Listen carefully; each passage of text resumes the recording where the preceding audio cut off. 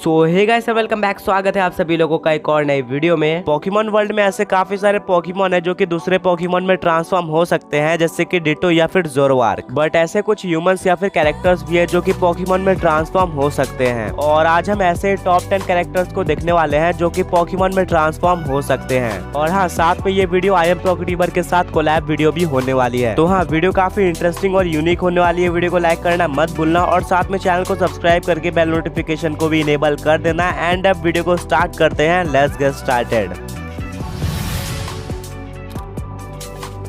तो स्टार्ट करते हैं नंबर 1 के साथ। नंबर 1 पे आता है ऐश। तो ऐश पोकेमॉन एनिमे का मेन कैरेक्टर है एंड ये भी पोकेमॉन में ट्रांसफॉर्म हो सकता है। तो ऐश पिकाचू में ट्रांसफॉर्म हुआ था होकस पोकेमॉन नाम के एपिसोड में, जहाँ पे ऐश, ब्रॉक और मिस्ट्री ट्रैवल कर रहे होते हैं। बट तभी उनको एक लिली नाम की लड़की मिलती है जो कि ये दावा करती थी कि उसके मैजिक का यूज करने के बाद वो लोग अपने पोकेमॉन के माइंड को रीड कर सकते हैं। और फिर ये मैजिक वो ऐश के ऊपर यूज करती है, बट पोकेमॉन का माइंड रीड करने के बजाय वो पोकेमॉन में ट्रांसफॉर्म हो जाता है, जो कि लिली की गलती के वजह से हुआ था। एंड उस वक्त ऐश पिकाचू के बारे में सोच रहा था, जिसके बाद वो पिकाचू में ट्रांसफॉर्म हो जाता है। और इसके बाद ऐश की बॉडी बिल्कुल पिकाचू की तरह बन गई थी। बस कुछ ही चीजें ऐसी थी जो कि नॉर्मल थी, जैसे कि ऐश की वॉइस, आइस और हेयर स्टाइल, और साथ में ऐश के पास हेड भी थी। और इस एपिसोड को देखने के बाद पोकेमॉन फैंस ने इसको एक फैन टर्म भी दिया था जो कि था ऐशाचू। और आगे जाके ऐश नॉर्मल भी हो जाता है। तो हाँ, ऐश भी पोकेमॉन में ट्रांसफॉर्म हो चुका है।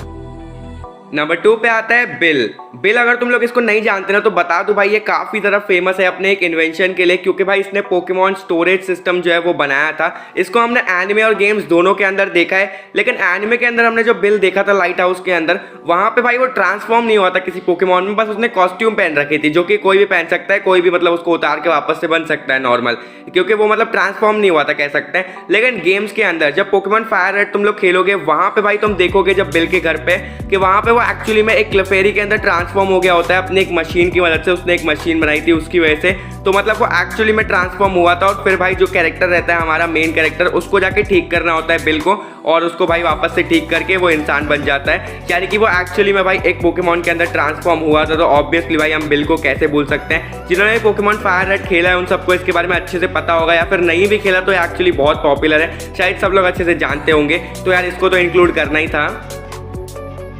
और नंबर 3 बैरन एल्बर्टो। तो ये कैरेक्टर था जो कि अपीयर हुआ था पोकेमॉन की मूवी द राइज ऑफ डार्कराय में, जिसको लगता था कि जो भी वियर्ड चीजें हो रही है उसके पीछे का रीजन डार्कराय है। और मूवी के बीच में एल्बर्टो ट्रांसफॉर्म हो जाता है उसके पोकेमॉन यानी कि लिकी में। और ये इसलिए हुआ था क्योंकि डार्कराय ने एल्बर्टो पे डार्क वाइट का यूज किया था। और साथ में एल्बर्टो का लिकी भी एक दिन एल्बर्टो बनना चाहता था। और साथ में स्पेस में पालकिया के इंटरफेरेंस की वजह से एल्बर्टो लिकी में ट्रांसफॉर्म हो जाता है। और लिकी में ट्रांसफॉर्म होने के बाद एल्बर्टो बहुत ज्यादा गुस्सा हो जाता है, पर आगे जाकर डार्कराय के डार्क वाइट का इफेक्ट खत्म हो जाता है, जिस वजह से वो पोकेमॉन से दोबारा ह्यूमन बन जाता है। और इसके अलावा एल्बर्टो हमें पोकेमॉन आई चूज यू और Pokemon Arceus and the jewel of life में भी देखने को मिल चुका है। तो हाँ, एल्बर्टो भी एक और ऐसा ट्रेनर है जो कि पोकेमॉन में ट्रांसफॉर्म हो चुका है।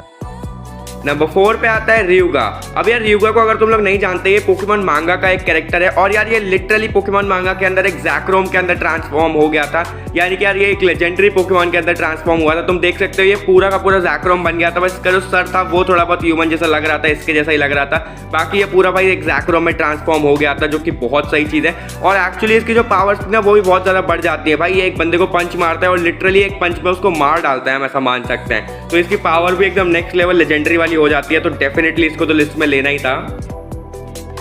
Number 5 N. तो N Pokemon black and white का कैरेक्टर है। अब ये कंफर्म नहीं है कि एन पोकेमॉन में ट्रांसफॉर्म हो सकता है या फिर पोकेमॉन एन में ट्रांसफॉर्म हो सकता है, बट इसके रिलेटेड एक काफी ज्यादा पॉपुलर थियरी है। अब एन को पोकेमॉन की लैंग्वेज समझ में आती है, जिसको काफी कम ही लोग समझ पाते हैं। और एक बार एन ने घोस्ट टाइप के one of the strongest move यानी कि शैडो बॉल को सह लिया था, और उसका एन को ज्यादा डैमेज नहीं हुआ था। और नेक्स्ट पॉइंट इस थियरी को ऑलमोस्ट कंफर्म कर देगा, जो कि आता है जेन 5 के गेम से यानी कि पोकेमॉन ब्लैक एंड व्हाइट से। तो इस गेम में एक केव होती है जिसके अंदर जाने के बाद आपको एक ज़ोरवार्क दिखेगा, और अगर आप उसको फॉलो करते हो तो वो आपको एन के कैसल में लेके जाता है। और जैसे ही आप लोग कैसल के अंदर जाओगे वहाँ से ज़ोरवार्क गायब हो जाता है एंड वहाँ पे एन आ जाता है। और ये थियरी यहीं से बनी थी एंड काफी सेंस भी बनाती है, बट इसके ज्यादा चांस है कि ज़ोरवार्क एन में ट्रांसफॉर्म हुआ हो, ना कि एन ज़ोरवार्क में ट्रांसफॉर्म हुआ हो, क्योंकि ज़ोरवार्क के पास इल्यूजन एबिलिटी होती है जिसका यूज करके वो या तो इंसान या तो पोकेमॉन में ट्रांसफॉर्म हो सकता है। बट फिर भी ये काफी इंटरेस्टिंग थियरी है।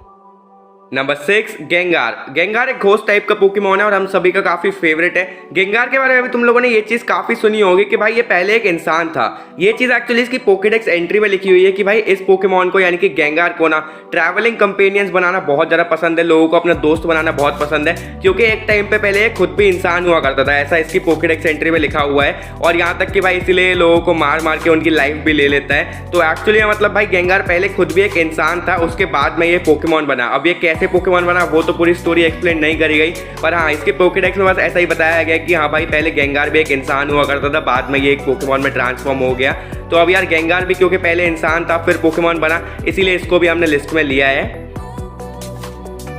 नंबर 7 कडाबरा। तो कडाबरा एक प्योर साइकिक टाइप का पोकेमोन है जेन 1 कैंटो से, और ऑफिशियली कडाबरा के पॉकेडेक्स एंट्री में ये कंफर्म किया गया है कि वो पहले इंसान था। जैसे कि कडाबरा के पोकेमोन एमराल्ड के पॉकेडेक्स एंट्री में लिखा हुआ है कि एक बच्चा जिसके पास साइकिक पावर्स थी वो ट्रांसफॉर्म हो गया कडाबरा में, और ये तब हुआ था जब वो बच्चा एक्स्ट्रा सेंसरी पावर्स के रिसर्च में मदद कर रहा था। और फिर आती है कडाबरा की पोकेमोन फायर रेड की पॉकेडेक्स एंट्री, जिसमें लिखा हुआ है कि एक लड़का जिसके पास एक्स्ट्रा सेंसरी पावर्स थी वो सुबह उठने के बाद कडाबरा में ट्रांसफॉर्म हो गया था। तो हाँ पॉकेडेक्स एंट्री के थ्रू ये कंफर्म किया गया है कि एक ह्यूमन कडाबरा में ट्रांसफॉर्म हुआ है, और शायद इसी वजह से बिल्कुल इंसानों की तरह कडाबरा भी स्मार्ट होता है।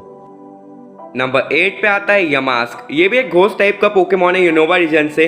अब यार यमास्क के बारे में भी इसकी पोकेडेक्स एंट्री में कुछ सिमिलर लिखा हुआ है। इसके बारे में ऐसा लिखा हुआ है कि भाई इसका जो तुम फेस यहाँ पे देख सकते हो, ये जो फेस मास्क रहता है इसका, ये एक्चुअली भाई ये इसका फेस है जब ये पहले इंसान हुआ करता था, वो वाला ये इसका फेस है।